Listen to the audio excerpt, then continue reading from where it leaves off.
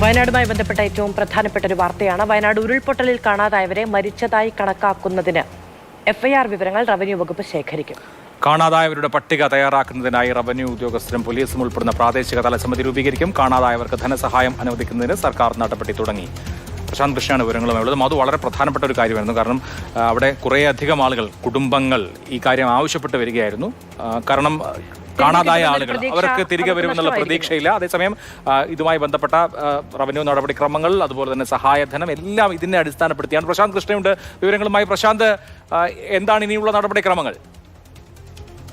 ഇവർ മരണപ്പെട്ടതായി കണക്കാക്കി അവർക്കുള്ള സഹായം കിട്ടും. പക്ഷേ കാണാതായവരുടെ മൃതദേഹമോ മറ്റ് അവശിഷ്ടങ്ങളോ ഒന്നും ലഭിച്ചിട്ടില്ല. അപ്പോൾ അതുകൊണ്ട് തന്നെ അവർക്ക് ധനസഹായം കിട്ടുന്ന ഒരു സാഹചര്യവും നിലവില്ല.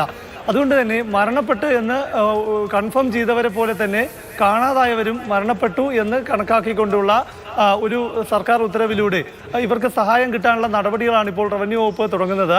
ഇതിൻ്റെ ഭാഗമായി വിവിധ തരത്തിലുള്ള സമിതികൾ രൂപീകരിക്കാൻ തീരുമാനിച്ചിട്ടുണ്ട്. അതായത് കാണാതായവരുടെ അടുത്ത ബന്ധുക്കൾ നൽകിയിരിക്കുന്ന, പോലീസിൽ നൽകിയിരിക്കുന്ന പരാതി, അതിൻ്റെ അടിസ്ഥാനത്തിലുള്ള എഫ്ഐആർ ബന്ധപ്പെട്ട ഉദ്യോഗസ്ഥർ, ഈ ജില്ലാതല സമിതി എന്ന് പറയുന്നത് വില്ലേജ് ഓഫീസർമാരടങ്ങിയ സമിതിയാണ്. റവന്യൂ ഉദ്യോഗസ്ഥരാണ് അതിൽ കൂടുതലും.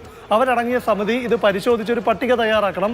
ആ പട്ടിക ജില്ലാ ദുരന്ത നിവാരണ അതോറിറ്റി സൂക്ഷ്മ പരിശോധന നടത്തും. അതിനുശേഷം റവന്യൂ പ്രിൻസിപ്പൽ സെക്രട്ടറി അടക്കം, ആഭ്യന്തര സെക്രട്ടറി അടക്കമുള്ളവർ ഉൾപ്പെടുന്ന ഒരു സംസ്ഥാനതല സമിതിക്ക് കൈമാറി അവർ സൂക്ഷ്മ പരിശോധന നടത്തി. അതിനുശേഷം സർക്കാർ ഇവർ മരണപ്പെട്ടതാണെന്ന് ഉള്ള ഉത്തരവിറക്കും.